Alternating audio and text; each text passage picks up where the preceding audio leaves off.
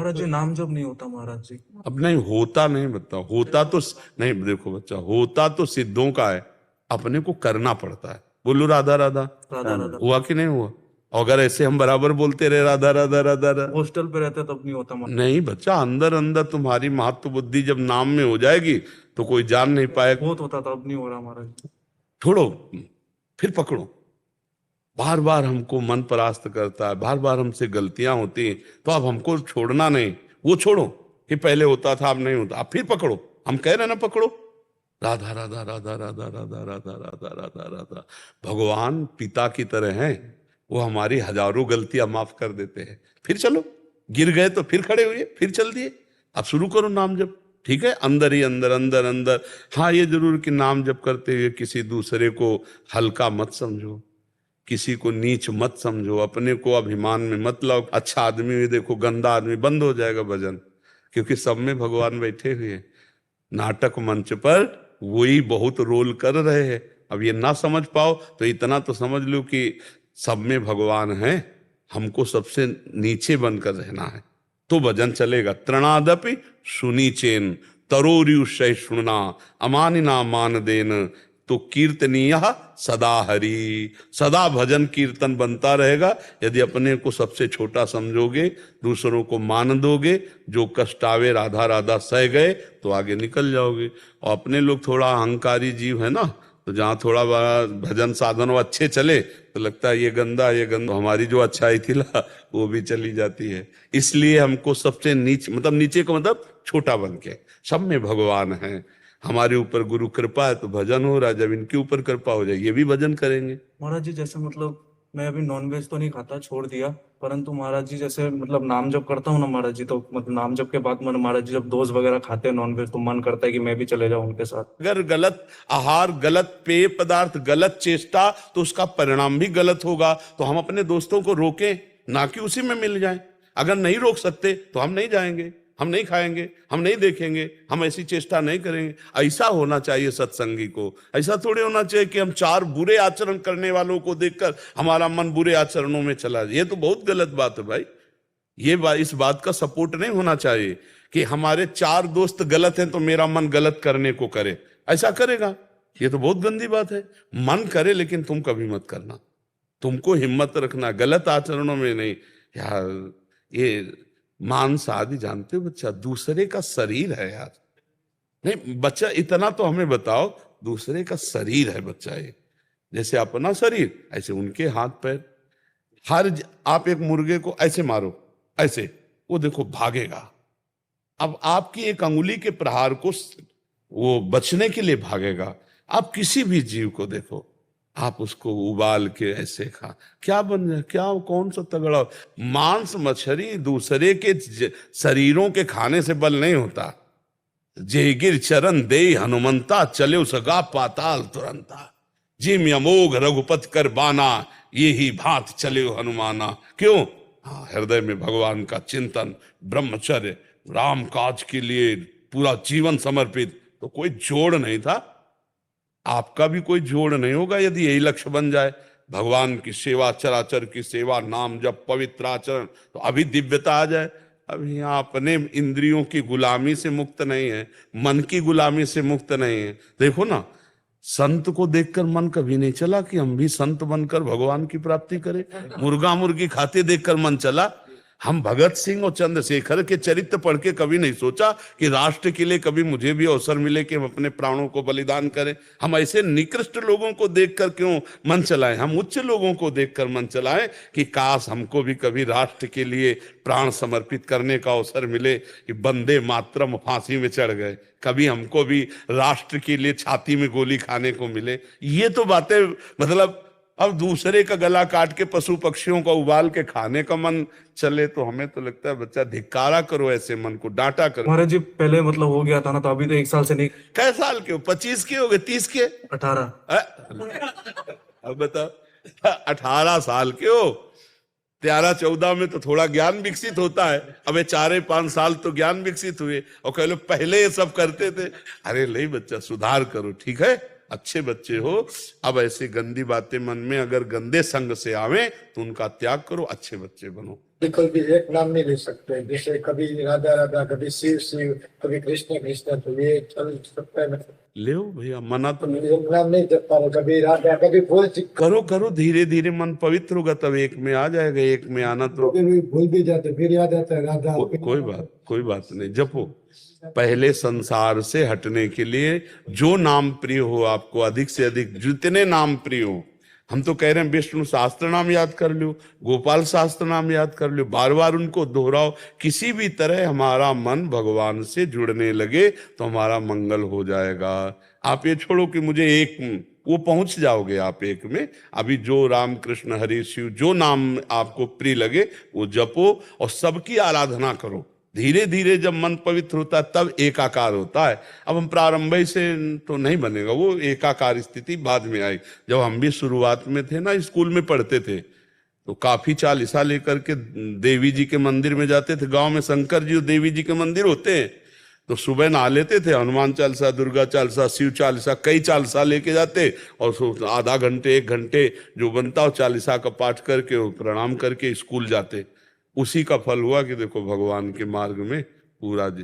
तो शुरुआत सबकी ऐसे होती है, शिव, अंबाजी, गणेश जी और ऐसे विविध भगवत स्तोत्रों का गायन, तो उसी से आगे बढ़ते। तो आप शुरुआत में हो, चलो बढ़िया, उसमें परेशान नहीं है।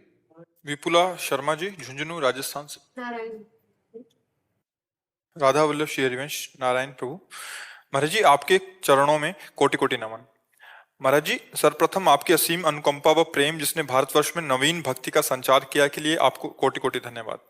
महाराज जी, मेरा प्रश्न है कि जिस प्रकार श्री कृष्ण जी ने गीता जी में अनेकों साधनों द्वारा भगवत प्राप्ति के मार्ग बताए हैं, अष्टावक्र गीता जी में एक श्लोक आता है, धर्मो अधर्मो सुखम दुखम मानसानी न ते विभो, ना करता असी ना भोक्ता असी मुक्तम एवासी सर्वदा, कहकर साधन रहित हो जाने का उपदेश दिया है। महाराज जी, प्रभु साधन रहित कैसे हुआ जाता है, इसके लिए। किसका प्रश्न? साधन किससे होते हैं? देह से, स्थूल देह से, सूक्ष्म देह से और कारण देह से। कारण देह स्वभाव, स्वभाव तीनों गुणों से बनता है। ना मैं स्थूल देह हूं, ना मैं सूक्ष्म देह हूं, अष्टावक्र गीता, ना मैं कारण देह हूं, तो इनकी क्रियाएं मेरी कैसे हुई? तो सुख दुख, साधन असाधन, उत्तम अधमता, लाभ हानि, ये सब प्रकृति के हुए, मेरे तो हुए नहीं। ये जो जान गया वो जीवन मुक्त पुरुष हो गया। यही जानने के लिए सब साधन है। हमारी बात समझ? यही जानने, केवल मान लो ऐसे अभी कि मैं स्थूल देह नहीं हूं, तो भूख लगेगी किसको? प्राणों का धर्म है, लेकिन आपको, क्योंकि आप तदात्म हैं। शौच लघु शंका लगेगी किसको? आपको, क्योंकि आप तदात्म हैं। आप पीड़ा से युक्त हो जाएंगे, प्यास से आप युक्त हो जाएंगे। 4 दिन आपको सोने को न दिया जाए शरीर को, आप विक्षिप्त हो जाएंगे, क्योंकि आप तदात्म हैं। कहने से नहीं होगा मैं शरीर नहीं हूं। इसके लिए साधन है। साधन से असाधनों का त्याग। साधन करते करते अंतःकरण जैसे निर्मल हुआ, तो जैसे निर्मल जल में, शांत जल में नीचे क्या है हमें दिखाई देता है, ऐसे ही पवित्र अंतःकरण में हमारे स्वरूप का साक्षात्कार हो जाता है। अंतःकरण जहां समता को प्राप्त हुआ तो हमारी ममता हट गई अंतःकरण से। अंतःकरण में ममत्व ही, अहम ही, ये मलिनता है। और ये जहां हटी तो शुद्ध बुद्ध स्वरूप हमारा था, है, रहेगा। उसके लिए किसी साधन की जरूरत थोड़ी है। तो जो वहां कह रहे हैं वो सिद्ध स्थिति कह रहे हैं। बिना साधन की स्थिति होगी क्या? क्योंकि आपकी स्थिति शरीर में है। जब तक शरीर से पवित्र साधन नहीं करोगे, हृदय से पवित्र साधन नहीं करोगे, स्वभाव ब्रह्म में नहीं बनेगा, तब तक ब्रह्मानुभूति कैसे होगी? हृदय में भगवान है। जैसे बिल्कुल देहाती भाषा में बताते हैं, दूध में घी है जी, है ना, पर उसके लिए प्रक्रिया है। नहीं तो आप दूध में पूड़ी नहीं पका सकते जी, ऐसे जैसे घी में पकाते हैं, ऐसे आप डालोगे, ऐसे नहीं पकेगी। और उसी में घी है, पर प्रक्रिया है उसकी। दूध को दधी रूप, दधी मंथन, मक्खन, मक्खन के बाद घी। समझ पा रहे हैं आप? मेहंदी में लालिमा है, लेकिन आप प्रत्येक पत्ते को फाड़ के देखो, अगर कहीं लाली दिखाई दे, उसकी एक प्रक्रिया है। उसको बांटो, हाथ में कुछ मिनट रखो, इसके बाद धो दो, तो आपके हाथ में लाली आ जाएगी। उसमें लाली थी तभी तो आई, पर खोजो, ना आपको पेड़ में दिखाई देगी लाली, ना आपको पत्ते में लाली दिखाई देगी। ऐसे ही ब्रह्म व्याप्त तत्व है, उसकी प्रक्रिया है। गुरुजनों की शरण में जाकर साधन चतुष्टय के द्वारा साधना करना, वेदांत दर्शन श्रवण मनन और शरीर राग का नाश, तो अपने स्वरूप में हो गया। अब अष्टावक्र जी सिद्ध महापुरुष उस श्लोक की बात कर रहे हैं, वो सिद्धावस्था की बात कर रहे हैं। सिद्धावस्था में कौन से साधन है? जो अपने स्वरूप को प्राप्त हो गया, अब साधन की जरूरत। साधन तो रास्ता तय करने के लिए है, जो घर आ गया उसके लिए क्यों कौन से साधन की जरूरत है? भाई साधन की जरूरत, बोले हमें कोई ना कोई तो साधन चाहिए, हमें अमुक जगह जाना है, और जब अमुक जगह पहुंच गया तो साधन की जरूरत क्या है? वो पहुंची हुई बात कह रहे अष्टावक्र जी, और आप पहुंचे हुए तो हो नहीं, तो आपको जाना है तो राधा राधा राधा राधा नाम रटो, भगवान की लीला कथा सुनो, महापुरुषों के वचन सुनो, तो उससे शरीर राग नष्ट हो जाएगा। जैसे अभी कल की चर्चा में था, प्रचेता गणों ने 10,000 वर्ष तक जब रुद्र भगवान के उपदिष्ट स्तोत्र का गायन किया, तो उनका अंतःकरण पवित्र हुआ, वो आत्मबोध को प्राप्त हुए। भगवान श्री हरि का दर्शन भी हुआ और आत्मबोध को भी प्राप्त हुए। तो हमें ये चाहिए कि हमें साधन करना है। जो लोग संतों का संग नहीं करते, गुरुजनों के कृपा पात्र नहीं होते, वो इन्हीं सब बाहरी बात, तो अंदर तो समझ नहीं पाए श्लोक का भाव। बाहरी बातें जो हमें करना चाहिए वो छोड़ दिए, और जो नहीं करना चाहिए वो कर रहे हैं, और बातें ज्ञान की कर रहे हैं, अनुभूति कुछ नहीं, वो एकदम पाखंड हो जाता है। एक बात ये समझना है कि बिना क्रिया के 1 मिनट भी कोई शरीर नहीं रह सकता। आप ऐसे हाथ पैर बांध दो और बैठाल दो ऐसे, बोले अब क्रिया हो रही अंदर देखो। शरीर अगर क्रिया नहीं कर रहा तो अंदर क्रिया हो रही है। 3 शरीर है, अब सूक्ष्म शरीर से क्रिया हो रही, यार कब मुझे छोड़े, कब मैं, ये क्रिया तो हो रही है। और सुषुप्ति में भी क्रिया होती, सोने में भी। अगर सुषुप्ति में क्रिया ना होती तो बोले यार कच्ची नींद जगा दिया हमें, मतलब नींद की भी एक क्रिया है जो पक्की होगी जाके, नहीं बोले आज खूब यार मस्ती से सोए। तो हम ये देखते हैं बिना क्रिया के कुछ है नहीं, और हम क्रियाओं में फंस गए हैं गलत क्रिया करके। अब हमको सही क्रिया करके गलत क्रिया का प्रायश्चित करना है, और जब सही क्रिया हुई तो उसका कर्ता, जब निर्मल हृदय होगा ना, उसका कर्ता और भोक्ता भाव गया, अब वो अपने स्वरूप को आ गया। जैसे एक कांटा लग जाए तो हमें कांटा और कांटे की आकृति जैसा ही यंत्र चाहिए, और उससे जब हम निकाल लेंगे तो वो गड़ा हुआ कांटा भी फेंक दिया, और जिससे निकाला था उसको भी फेंक दिया। तो शरीर राग में हम फंसकर असद आचरण कर रहे हैं, गंदे हंसने वाले। अब हम शरीर से सद आचरण कराएंगे, असद आचरण का त्याग किया, फिर सद आचरण का कर्ता भाव त्याग हो गया, अब वो बचा अपने स्वरूप में। नहीं तो बड़े बड़े महात्मा जो ब्रह्म बोध संपन्न हुए, आप उनके चरित्र पढ़ के देखो, कितने तपस्वी, कितने नियमनिष्ठ, कितने व्रत वाले, तब वो बोल रहे हैं हम ब्रह्मास्मि। ऐसे थोड़ी ब्रह्म स्वरूप में कि हाँ, तभी गोस्वामी जी ने लिखा है, ब्रह्म ज्ञान बिन नारी नर करे न दूसरी बात, और कौड़ी लागी लोभवश करे विप्र गुरु घात। गोस्वामी जी ने लिखा है, ब्रह्म ज्ञान की बातें करते हो, स्थिति कहाँ है? अपराध वाली। तो जब तक तपस्या नहीं, साधना नहीं, पवित्र आचरण नहीं, तब तक हम शरीर राग से मुक्त नहीं हो सकते। बातें चाहे जितनी बनाई जाए कि मैं शरीर नहीं हूं, जब भूख प्यास लगेगी, जब सोच लघु शंका लगेगी, सर्दी गर्मी लगेगी, मान अपमान, विपत्ति सुख, इनसे परे होता है आत्मस्वरूप, और हम अभी इसी में हैं। ईमानदारी से देखो, इसी में है कि नहीं? तो हमको चलना पड़ेगा ककहरा से। पीएचडी की बातें करें, आता ककहरा ना हो तो हालत क्या होगी? नहीं होगी। तो ये है पीएचडी की बात बच्चा, और स्थिति है ककहरा में नहीं। परमार्थ का ककहरा नहीं आता, और बात हम पीएचडी की करें तो सफल नहीं होंगे। तो उससे फिर लगता है कि आप सही स्थिति में आओ ना। वास्तविक आपका ऐसा ही स्वरूप है, तो केवल वाणी से बोलने से नहीं होगा, रात दिन भजन करने से होगा, रात दिन शास्त्रों का स्वाध्याय, चिंतन, पवित्रता, व्रत, नियम, तपस्या, तब जाके ब्रह्मबोध होता है। ऐसे मनमानी भोजन करें, मनमानी भोग भोग ले, संसार में विचरण करें और ब्रह्मबोध हो जाए तो सबको ना हो जाए। फिर आप विचार करो, तो नाम जप करो पहली बात तो, और भगवान के जो महान भागवत ज्ञानी जन हुए उनके वचनों को सुनो, शास्त्रों का स्वाध्याय करो और चरित्र पवित्र रखो। आज का सत्संग जो सुनाओ तो प्रारंभ यहीं से हुआ था कि श्री जी के चरणों का आश्रय, निरंतर नाम जप, आचरण पवित्र, संयम युक्त, 3 बातें कही थी। ये बात कोई भी स्वीकार कर लो, तुम्हारा मंगल हो जाएगा।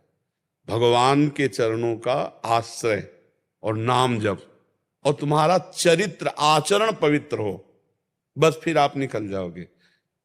भले हम माला 2 माला 4 माला नाम जप कर ले, आश्रय भोगों का है, रुपया पैसा संसार का, भगवान का आश्रय नहीं, भोगों का आश्रय, और बहुत ही मनचला स्वभाव है, जो देखा उसी में फिसल गए। और 2-4 माला भाई नाम जप कर लिया, तो इससे तो बात नहीं बनेगी।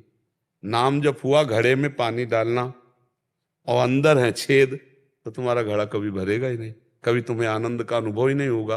तो आप कहोगे भजन करते 20 साल हो गए, नहीं, सही ढंग से चलो। अगर छेद नीचे से घड़े के बंद कर दो, 5 बूंद डालोगे, फिर 5 बूंद डालोगे तो एकत्रित होना शुरू हो जाएगा। तो इसीलिए आचरण पवित्र। आज हमारे समाज में आचरण की महत्ता कम होती चली जा रही, नहीं होती चली जा रही। संयम, पवित्रता, आचरण, इनका बहुत बहुत ह्रास हो रहा है। आप शरीर पवित्र रख के देखो, 1 महीना जूठा मुंह मत रखना, शरीर पवित्र रखो और ब्रह्मचर्य रह के देखो, 1 महीने में आपको ऐसा लगेगा आप देवता है। 1 महीने में लगने लगेगा, एक मतलब दिव्यता आने लगेगी। अपने लोग गंदे आचरणों में, गंदे दृश्यों में, गंदे चिंतन में, गंदे आहार में जीवन व्यतीत कर रहे हैं, तो एक पशुता सी आती चली जा रही, राक्षसी बुद्धि आती चली जा रही। नौजवान जन है कैसे कैसे आचरणों में अपने को इंजेक्शन आदि नशे में करना, माताओं बहनों की तरफ कितना राक्षसी भाव रखना। देखो घटनाएं होती रहती ना, सुनते मतलब राक्षस है ना, राक्षस पूरा राक्षस है, मार ऐसे मारा, ऐसे मारा, ऐसे, और अपनी वासना की, तो राक्षस है कि नहीं। एक मनुष्य जब धर्म से भ्रष्ट हो गया तो वो बिना सींग और बिना बड़े बड़े दांतों वाला राक्षस बन गया कि नहीं। बोले उसने ऐसा किया और मार डाला, ये क्या है, ये क्या है। तुम्हारा शरीर जैसे तुम्हें प्रिय है वैसे सबको प्रिय है, तुम केवल अपनी वासना के लिए कर डाला ना, तो ये राक्षस भाव। आचरण अपवित्र तो देखो कहां तक पहुंचा दिया। एक आचरण ने उसकी तो हिंसा कर ही दी और अपनी भी हिंसा कर दी, अपना भी जीवन बर्बाद कर दिया, या तो आजीवन कारावास या तो फांसी की सजा। मतलब कैसे कैसे। तो हमें लगता है कि हर मनुष्य को ये जो लाभ मिला है मनुष्य देह का, ये भगवान का आश्रय लेकर, सत शास्त्रों का स्वाध्याय, संतों का संग, नाम जप, ये जरूर करना चाहिए। अगर नहीं करोगे तो ये पशुता पिंड नहीं छोड़ेगी, ये कोई ना कोई ऐसी गलती करा दे। मान लो नहीं ओपन हुआ तो आप अंदर अंदर जलेंगे। अगर भयानक पाप बन गया तो आप सह नहीं पाओगे, आपका मन आपको दंड देना शुरू कर देगा, फिर लगेगा यार अपना ही शरीर नष्ट कर ले। ऐसे ऐसे विचार आने लगते। जब हमारा पाप कर्म बन जाता है और कोई उसका दंड नहीं मिलता तो हमको डिप्रेशन में उतारता है। ये दंड है, हर समय भयभीत रहना, व्यर्थ की कल्पना करना, व्यर्थ की चिंता करना, ये उन्हीं पापों का फल है जो ओपन नहीं हुए, जिनका कोई दंड नहीं मिला। इसलिए हमारी प्रार्थना है कि ब्रह्म ज्ञान, भगवत प्रेम, ये बहुत ऊंचाई पे रखा हुआ है। ये ऐसे नहीं है कि आप ऐसे तोड़ो और खा लो, बहुत ऊंचाई पे है। उसके लिए आपको चरित्र पवित्र रखना पड़ेगा, नाम जप करना होगा, दूसरों का उपकार करना हो। ये देह मिली है, दूसरों का माता पिता परिवार ये तो अपने है ही है। गली चलते अगर किसी पशु पक्षी की भी सेवा करनी पड़े तो हम उसके लिए भी राजी रहे, तब जाकर हमारा हृदय पवित्र होगा। फिर हमको भगवान गुरुदेव की कृपा से ये जो तत्वबोध है, ये तत्वबोध है, अकर्ता स्थिति, अभोक्ता स्थिति, ये तत्वबोध है। ये तब होता है जाकर के। अब ऐसे पढ़ लिख करके थोड़ी होता है, पढ़ लिख के नहीं होता, वो होता है। देखो इसीलिए उपनिषद में लिखा है, नायम आत्मा प्रवचनेन लभ्या न मेधया न बहुना श्रुतेन। बहुत प्रवचन करने वाले को तत्वबोध नहीं होता, बहुत प्रवचन सुनने वाले को तत्वबोध नहीं होता, बहुत बुद्धिमान को तत्वबोध नहीं होता। बोले होता किसको है? बोले आत्मा जिसे वर्ण कर लेती है। आत्मस्वरूप गुरुदेव भगवान, मोक्ष मूलम गुरु कृपा। गुरुदेव भगवान उनकी आज्ञा में अपने जीवन को अर्पित कर दिया और उनकी कृपा से सब ज्ञान विज्ञान आ जाता। समझ रहे बच्चा? हेमलता तिवारी जी। राधे राधे महाराज जी।